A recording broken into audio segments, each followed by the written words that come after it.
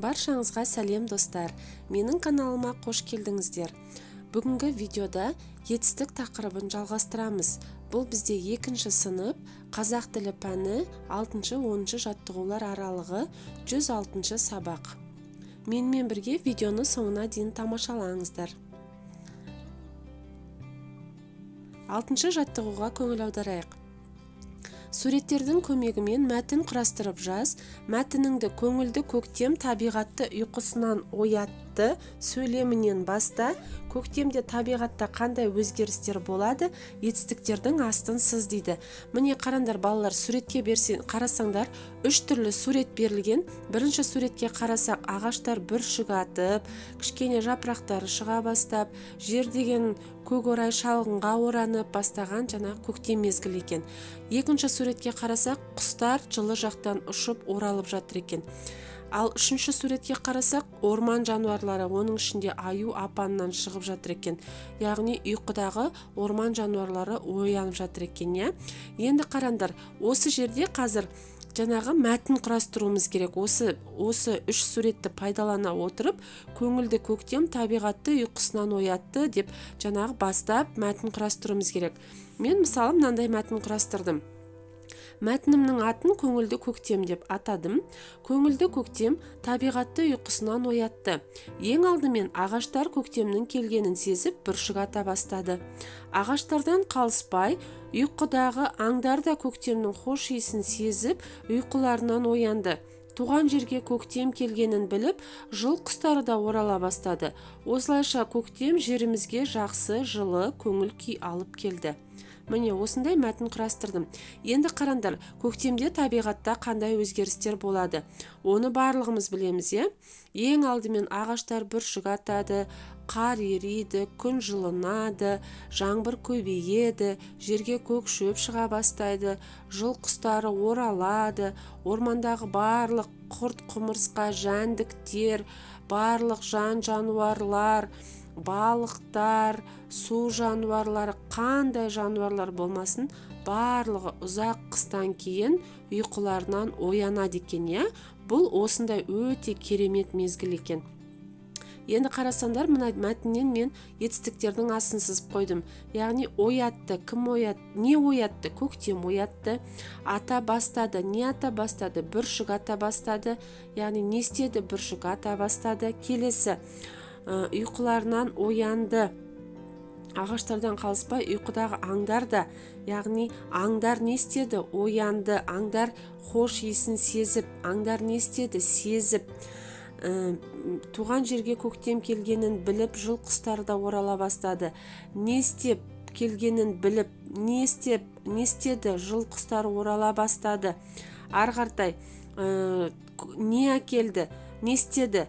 Көктем не істеді? Алып келді. Яғни міне осындай етістіктердің астын сызып қойдым. Келесі жаттығуға қарайық. 7-ші жаттығу, бұл бізде берілген заттардың бәріне ортақ етістікті тап. Бұл өте оңай балалар. Міне қараңдар, балық, кеме, үйрек. Бұлардың барлығы не істейді? Жүзеді, бұлардың барлығы жүзеді.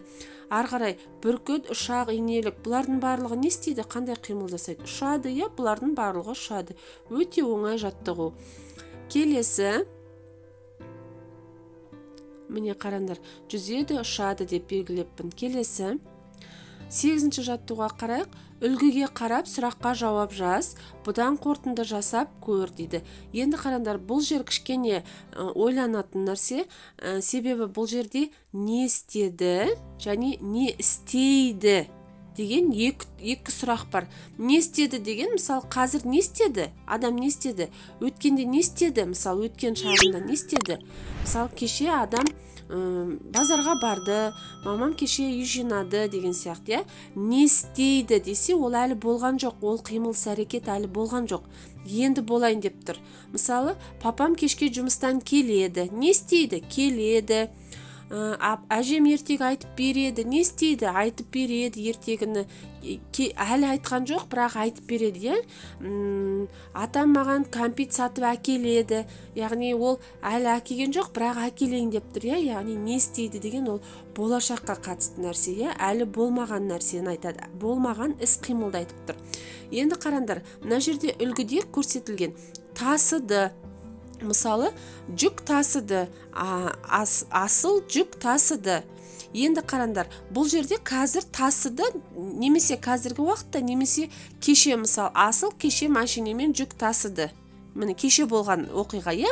Ал енді немесе асыл ертең машинемен жүк тасиды.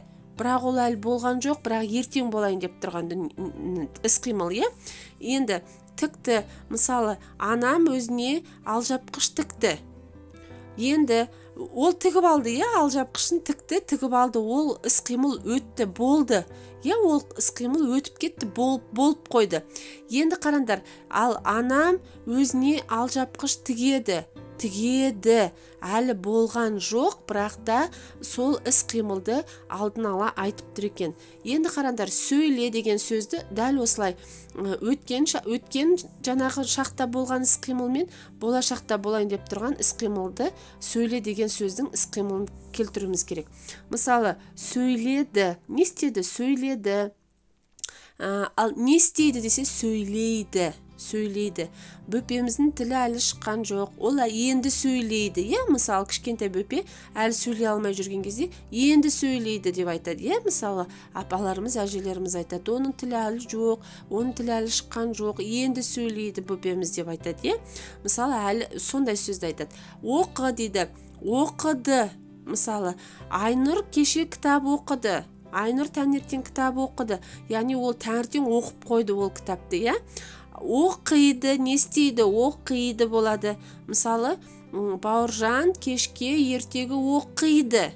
Кешке оқиды, әлі оқыған жоқ, бірақ енді оқиды, иә? Жаз дейді. Жазды. Мысалы, папам хат жазды. Мысалы, хат жазды. Жазып қойды, иә? Ол хатты жазып қойды. Ал не істейді болса жазады, әлі жазған жоқ. Мысалы, Арнұр үй жұмысын жазады, үй жұмысын жазудан жазады. Әлі жазған жоқ, бірақ енді жазайын деп тұр. Келді, не істеді? Келді, немесе келді, иә? Не істеді? Келді болады, дұрыс, иә? Келді. Мысалы, апам дүкеннен келді. Мысалы, дүкеннен келді, уже келіп алды апасы, иә? Ал не істейді? Келеді. Ертең апам қаладан келеді. Мысалы, ертең апам ауылдан келеді, немесе, иә? Міне әлі келген жоқ, бірақ келейін деп тұр. Жақ дейді. Жақты. Мысалы, жақты. Атам от жақты. Мысалы, иә? Жай мысал ретінде албасақ. Жағады. Не істейді? Жағады. Әлі жаққан жоқ, бірақ жағады, иә? Міне бұл жаттығу осылай орындалады екен. Міне сөйледі, сөйлейді, оқыды, оқиды, жазды, жазады, келді, келеді, жақты, жағады. Міне осылай орындалады екен бұл жаттығу. Келесі 9-шы жаттығу. Анаңмен зоодүкенге бардың. Зоодүкен дегенді бәріміз білеміз, иә? Яғни үй жануарларын, жаңағы үйде ұстауға болатын кішкене жануарларды сатады, немесе сол жануарларға қажетті барлық құрал жабдықтарды, тамақтарды сататын дүкенді зоодүкен деп айтады екенбіз. Саған тор ішіндегі тотығыз қатты ұнады. Сатып алу туралы өтінішіңді анаңа қалай жеткізесің? Ол үшін төмендегі 3 өтініштің қайсысын таңдайсың дейді. Яғни саған тотығыз ұнап қалса, сен анаңа қандай өтініш айтасың? Анашым, мен мына тотығызды аламын. Анашым, мына тотығызды алып беріңізші.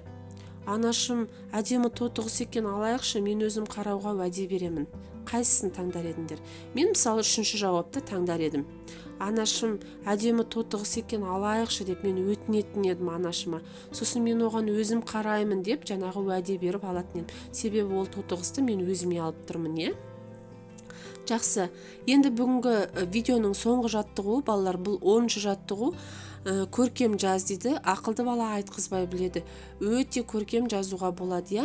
Мен кейінгі осы каналдан алыс кетпеңіздер, балалар. Себебі алдағы уақыттарда мен сендермен көркем жазу үлгілерімен бөлісетін боламын. Сол кезде де жаңағы әріптерді қалай жазу, әріпті бір-бірімен қалай жалғау, сол туралы сендерге өте көп видеолар көрсететін боламын.